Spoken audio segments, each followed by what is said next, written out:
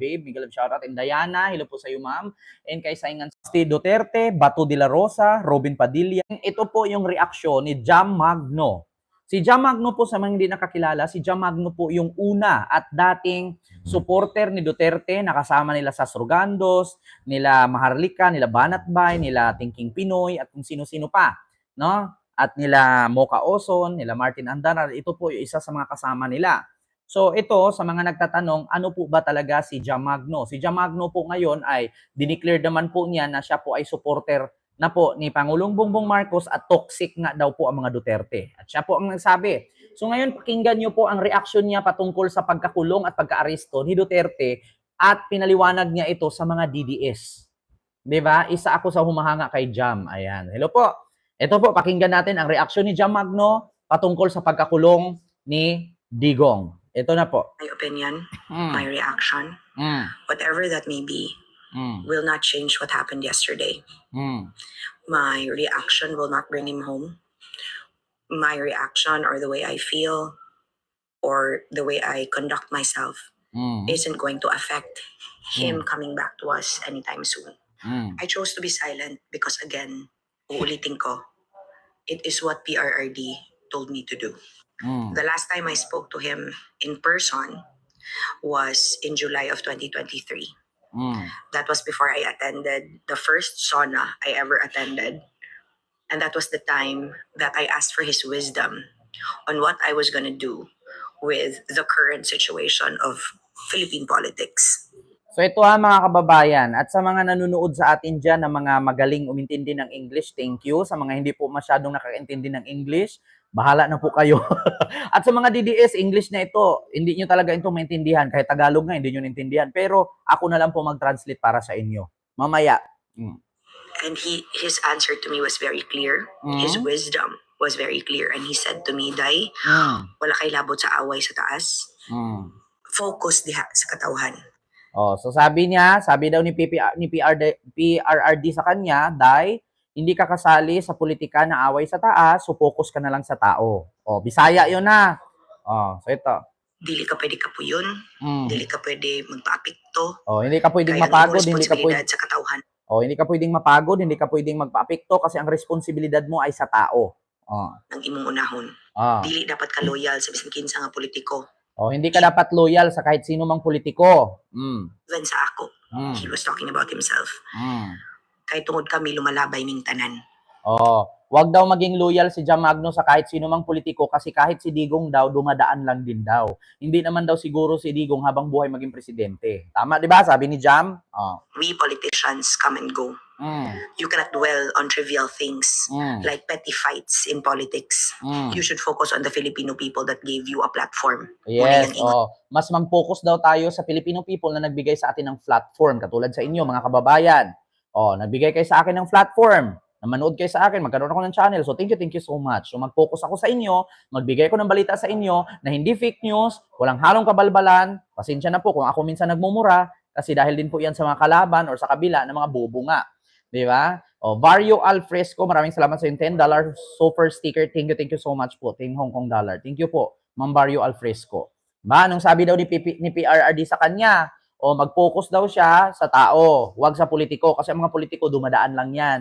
Doon siya mag-focus sa mga taong nagbibigay sa kanya ng platform. Di ba? That's why I'm here in Davao. That's why I choose to work.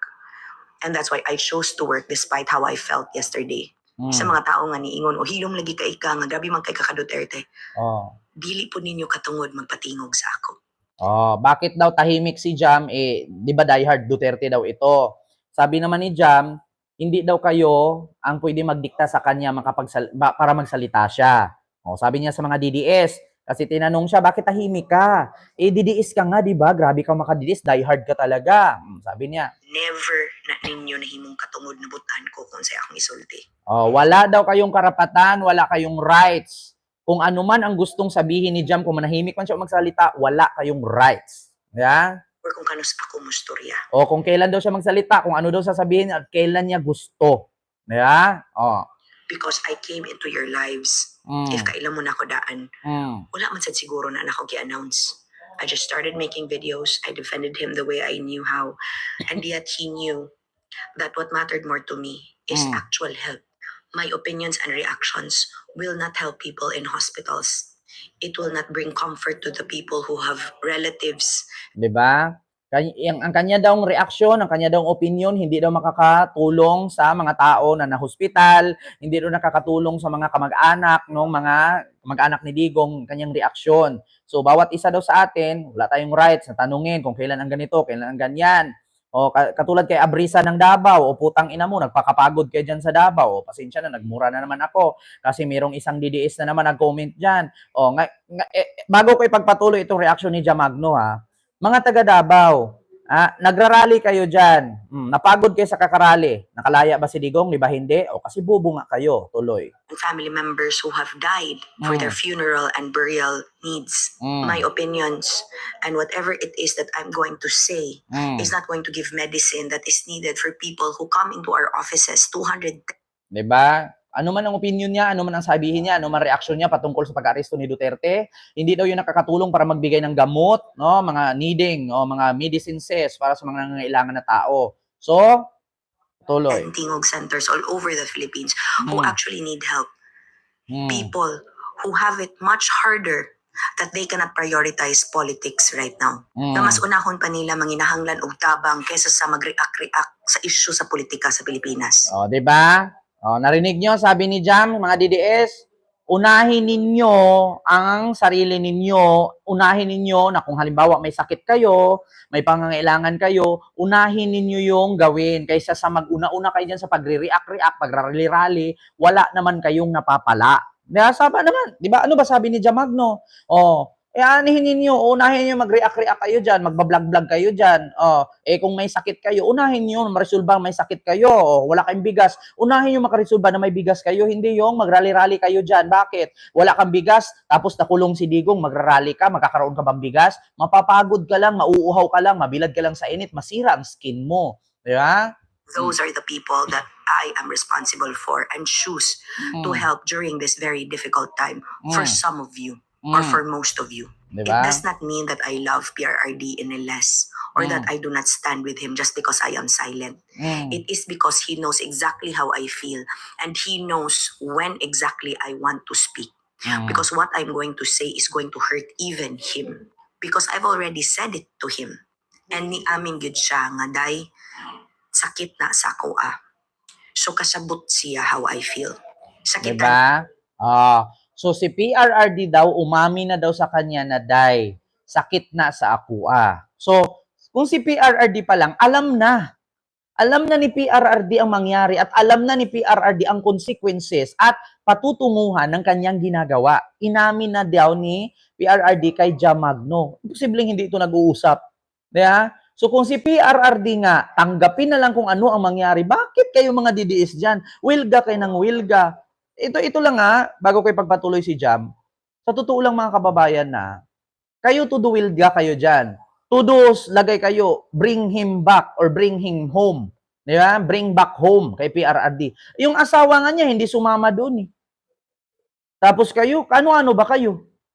Kung kayo mismo na supporter lang, kung makapag-react kayo, akala nyo kamag-anak, yung asawa nga niya mismo, hindi siya sinamahan doon sa Netherlands pwede naman palang sumama ang asawa. May private jet. Di ba? Hinahanapan. Ang sagot ng asawa, walang passport. Di ba? Tapos kayo, todo sigaw kayo dyan, todo kayo bira dyan. Yung asawa nga, hindi sumama, tapos kayo. Di ba? Siya, because he knows it is true. And masakitan siya because it will affect those whom he loves. Mo nang I would rather be silent. I would rather do what he asked me to do, which is be loyal to the Filipino people who gave me this platform. The same Filipino people that trust me and listen to me. If some of you do not agree with what I am doing now that I am with Tingog, then I am not doing it for you. Because I never asked for your permission to exist. I exist because I want to. And I do whatever it is that I want to do. Anong sabi ni Jamagno? Wala daw dapat magdikta sa kanya kahit sino ka pa. Kasi sabi nga daw ni PRRD sa kanya, huwag siyang maging loyal sa mga politician kasi yung mga politician dumadaan lang. Dapat maging loyal ka sa mga tao na nagbigay ng platform sa iyo. So ano bang platform ni Jamagno? Ito, magiging vlogger, nag-i-explain, nagpaparating sa inyo at bilang isang, kumbaga parang ambassador na din siya, 'di ba, sa isang party list, yung Tingog party list. So kumbaga para siyang ambassador doon. So doon siya nag-focus, hindi siya nag-focus sa politics. 'Di ba? Because it serves those who need it most. And for right now, my reaction, akong balikon, will not bring him home. It will not change the law. It will not also help if unsa makig-away ko sa mga kakamping. Let them. Unsa mo Diba? Buti pa si Jam Magno, sa totoo lang mga kababayan. Si Jam Magno sabi niya, wala akong magagawa kung hindi siya makauwi sa bahay, hindi siya makauwi sa Pilipinas. So anong gagawin niya? Makipag-away siya sa mga kakamping? Let him. Diba? So, karapatan ng kakamping yan. Kung tayo may karapatan tayo magngaw-ngaw dyan at isisi natin kay Marcos, bakit si Jam Magno, sabi niya, sa kakamping? Bakit? Kasi nga, si Leila de Lima, si Senador Antonio Trillanes, is Liberal Party yan. So ngayon, sila po ang nag-proceed ng kaso na yan at nag-file sa ICC at hindi si Marcos. Bakit ngayon, ang mga DDS, sigaw sila ng sigaw, si BBM daw traidor. Is hindi naman si BBM ang nag-file ng kaso sa ICC, which is si Leila de Lima at si Trillanes. So bakit sasabihin nyo na traidor si BBM? Di ba? Bago ko ipagpatuloy si Jam Magno, sabihin ko muna sa inyo, saan banda si Pangulong Bongbong Marcos naging traidor sa mga Duterte? Noong si Duterte hindi pa nakakulong, noong si Duterte hindi pa nagdrama na may sakit, araw-araw nakikita ninyo sa social media ang sabi ni Digong, si Bongbong Marcos adik, si Bongbong Marcos bangag, si Bongbong Marcos nagkokokain. Ngayon, kung kayo ang nasa side ni Bongbong Marcos, araw-araw yung naririnig ang paninira ng mga Duterte kay Bongbong Marcos sa kanyang administrasyon. Sa tingin nyo, pag inaaresto si Duterte, sasabihin ba ni Bongbong Marcos, wag niyong arestuhin? So paano naging traidor si Bongbong? Ano bang ginawa ng mga Duterte sa administrasyon ni Marcos? May narinig ba kayo na tinulungan ng mga Duterte si Marcos? Ang narinig ninyo, puro lang paninira. Tinawag na weak leader, tinawag na bangag, tinawag na adik. Tapos ngayon, andyan na yung kasalanan ni Digong, siningil na siya ng kasalanan niya. So ikaw bilang presidente, siniraan ka ng tao na yan. Sa tingin mo, i-cancel mo yung warrant? Hindi. Kung ako ang siniraan ng tao, talagang ipahuli kita para matigil yung paninira mo. Kasi bukod tangi lang ang mga Duterte ang nanila sa administrasyon. Bakit? May narinig ba kay mga kakamping bumibira kay Digong? Wala. Bumibira kay BBM? Wala. Mga Duterte lang. Para matigil ang gulo sa bayan at paninira sa administrasyon ni Marcos, andyan na. Siningil na si Duterte sa kanyang kasalanan. Andyan na yung warrant. Huwag kayong mag-expect, di ba? Huwag kayong mag-expect na pag dumating ang warrant ni Digong, haharangin ni BBM yan. Sa ginawa ba naman ni Digong, baka nakalimutan. Ang mga DDS, kailan ba kayo na amnesia? Mga DDS, tandaan nyo, hindi kayo nauntog, hindi kayo nadapa, hindi kayo nabagok, na makakalimutan nyo ang ginawa ni Digong araw-araw. Laging sinasabi ni Digong, meron tayong presidenteng bangag noon, bangag na yon, putang inang Marcos na yan. Tapos dumating ang warrant, sasabihin ninyo, traidor si Marcos? Putang ina nyo palang lahat dyan eh. Mga DDS eh. Araw-araw na sinasabi ni Digong, bangag si BBM, adik ang presidente. Nanawagan pa sa mga sundalo at kapulisan na mag-aklas at magkudita at mag-rebellion. Tapos ngayon, dumating ang warrant, expect ninyo, purihin eh, BBM si Digong. Kung ako kay BBM, banatan nyo yan, bugbugin nyo, pusasan nyo, itapon nyo kung saan. Yeah. Sa tingin ninyo, akala nyo kay Bongbong Marcos, hindi nakakaramdam ng sakit? Yeah. Akala ninyo kay BBM, hindi nakakaramdam ng sakit? Pag si Digong nanira, okay lang. Pag si BBM na ang bumawi, traidor na. Putang inang lahat nyo, DDS. Badlungon ako ang gusto mag-people power, let them. Ang mga nagorimentado sa Facebook, let them. Because ako po, dili ko ganahan magpabuot. Yes. Dili ko ganahan magpabuot. Sabi ni Jam, sa mga gustong mag-people power, let them. Sa mga gustong bumira sa Facebook, let them. Kasi kahit ako, ayaw kong magpadikta. Tama naman. Ako, wag niyo akong diktahan kung anong gusto kong sabihin. Basta ang masasabi ko lang, putang ina ninyong lahat, mga DDS. We will continue to serve with Tingog Party List. Dili ko ganahan magpabuot kung kanus ako dapat mo tingog. I did this so that it will somehow end those of you who insistently want me to have a reaction. Face it, our reactions will never change what happened yesterday. All we can do is pray. Ako, to be honest, Sabi ni Road Trip Vlog TV, kung ako sa'yo, boss, manahimik ka na lang. Alam mo, Road Trip TV, ibangga mo yung sinakyan mo, ikaw yung manahimik. Diba? Binigyan ako ng ganitong platform para magsalita, para i-educate ang mga katulad yung DDS na bobo, tapos tahimikin nyo ako. So pagdating sa amin, mga loyalista, mga vlogger ni BBM, wala na kaming karapatan magsalita. Pero kayo mga DDS, puro kayo mga fake news at bobo, tanga-tanga, inutil, hampas lupa, uto-uto, pangit ang lahi, walang pera, mahirap, may karapatan kayo magyaw-yaw. Aba, hindi nyo pagmamayari ang Pilipinas. Tandaan ninyo, Mindanao is province of China. Hindi kayo parte ng Pilipinas. Tang-ina nyo dyan sa Davao. Had a good cry. Mm. Gihilak na ako for the first time in my life. Ang gusto na ako ipanulti. And believe me, that time will come. It's just not now. Because kibalo jud ko sa sabot namon ni PRRD kung kanus ako dapat mutingog. Yes. And ang sabot amo ana wala may labot. Yes. Kay kibalo siya. Because when I had... Huwag kang magmura, sir. Eh bakit? Pinagbabawal ba ang magmura? Si Sara Duterte nga, minura si BBM. Nakulong ba? Pag si Sara magmura, okay lang. Pag ako, hindi. Putang ina mo. Yeah? That struggle, it was him. And it was also him who knew why I am with Dingo. Ikaw pala yung mahilig magmura eh. Wala problema magmura. Si Digo nga nung nagmura noon, nag-react ba kami? Pumapalakpak pa nga kayo eh. Si Digong ba nung minura ang Santo Papa, minura ang Panginoon, pumalakpak kayo. Tapos ngayon nakulong, naghihingalo na dun sa pagdadrama-drama niya. Sasabihin niyo, Lord, gabayan niyo si Digong. Busy si Lord. I am with Tingog even before the Unity won. Yes. So way before sila nagkagubot. And up to now, I stand with Tingog where I do what I do and I love my job. Sa muingon sa kuha, Duterte ka pero naka sa mga Romualdez, so what? Sabi daw sa mga nagsasabi daw kay Job, Duterte siya pero nasa mga Romualdez siya, so what? Di ba? Just because na ako sa mga Romualdez, mangdaot ko sa mga Duterte? Of course not. You will not hear anything of that. Tsaka, wala naman tayong pakialam kung halimbawa, supporter ka ni Duterte tapos nagtrabaho ka kay BBM. Anong pakialam ni Duterte? Unang-unat sa poll, ito gusto kong reaksyonan yung pulis. Sabi niya, presidente ka lang, pero hindi ikaw ang boss ko. Eh di mag-resign ka sa trabaho mo, kontrahin mo si BBM. Ngayon, pag natanggal ka sa trabaho mo kasi kinalaban mo si Bongbong Marcos, kaya bang ibalik ni Sara ang posisyon mo? Diba? Ito lang yung pulis na nag-react. Hindi kita susundin kasi presidente ka lang, hindi ikaw ang boss ko. Hindi porket president ka, ay susundin na kita. Ito lang masasabi ko sa'yo. Pag natanggal ka ba sa posisyon mo, pagiging pulis, si Sara, kaya ka bang sahuran?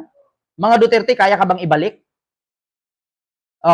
May tanong ko lang, sa mga DDS nag-rally dyan, nagre-resign sa trabaho kasi nagra-rally. Nagre-resign sa trabaho kasi sasali makipag-aklasan. Makikipag-people power. Sa tingin nyo, pag uwi nyo sa bahay, may pera pa kayo? May sasahurin kayo, kakainin ninyo? Paano yung nangupahan lang kayo, pangbayo niya sa tubig, kuryente at bahay?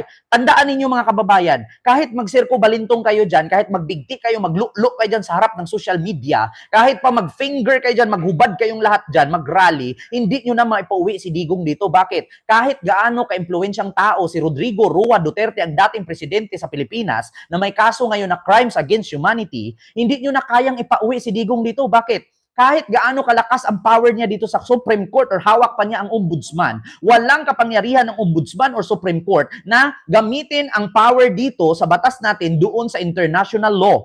Ang international law may sariling batas. Yun ang katotohanan. Kahit magpakamatay kayo dyan, RIP advance na lang kay Digong. Tanggapin ninyo. Wala na. Maskin isang hibla ng buhok ni Digong hindi makakabalik sa Pilipinas.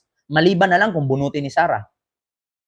Uuwi man dito si Digong sa Pilipinas, pantay ang paa. Di ba? Bastos talaga ako sa mga taong bastos din sa akin. Yun ang totoo. Ito lang masasabi ko sa inyo, kahit mag-people power kayo dyan at bigyan nyo ng rason si Pangulong Bongbong Marcos na magdeklara ng martial law, hindi nyo na mapauwi si Duterte dito sa Pilipinas. Kahit magtatambling-tambling tayo ngayon, kahit makipagpustahan kayo ngayon, kahit magpatayan kayo dyan sa kalye, kahit magwarla kayo dyan, kahit magbumbahan kayo dyan, kahit sugurin nyo ang Malacanang, hindi nyo na maipabalik si Duterte sa Pilipinas. Sa tingin ninyo, pag natanggal ninyo si Marcos sa Malacanang, sa tingin ninyo, pag napalayas ang Marcos family sa Malacanang, makakabalik si Duterte, wala pa rin jurisdiction ang Pilipinas na pabalikin si Duterte sa Pilipinas. Bakit? Batas ng Netherlands ang masusunod, hindi batas ninyong mga DDS.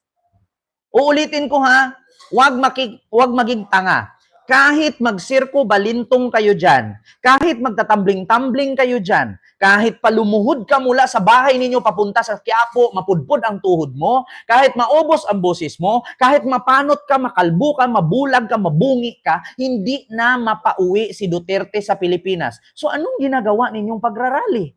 Sa tingin ninyo, magrarally kayo, guluhin ninyo ang Pilipinas, may rason pa na magdeklara ng martial law si Marcos. Pag nagdeklara ng martial law si Marcos, hindi nyo na magawang mag-rally pa. Bakit? Ang sasalubong sa inyo, batuta, armas, tear gas, or water cannon. Yan ang sasalubong sa inyo. Kahit magsirko balintong kayo, hindi nyo na mabalik si Digong. Si Sara Duterte nga,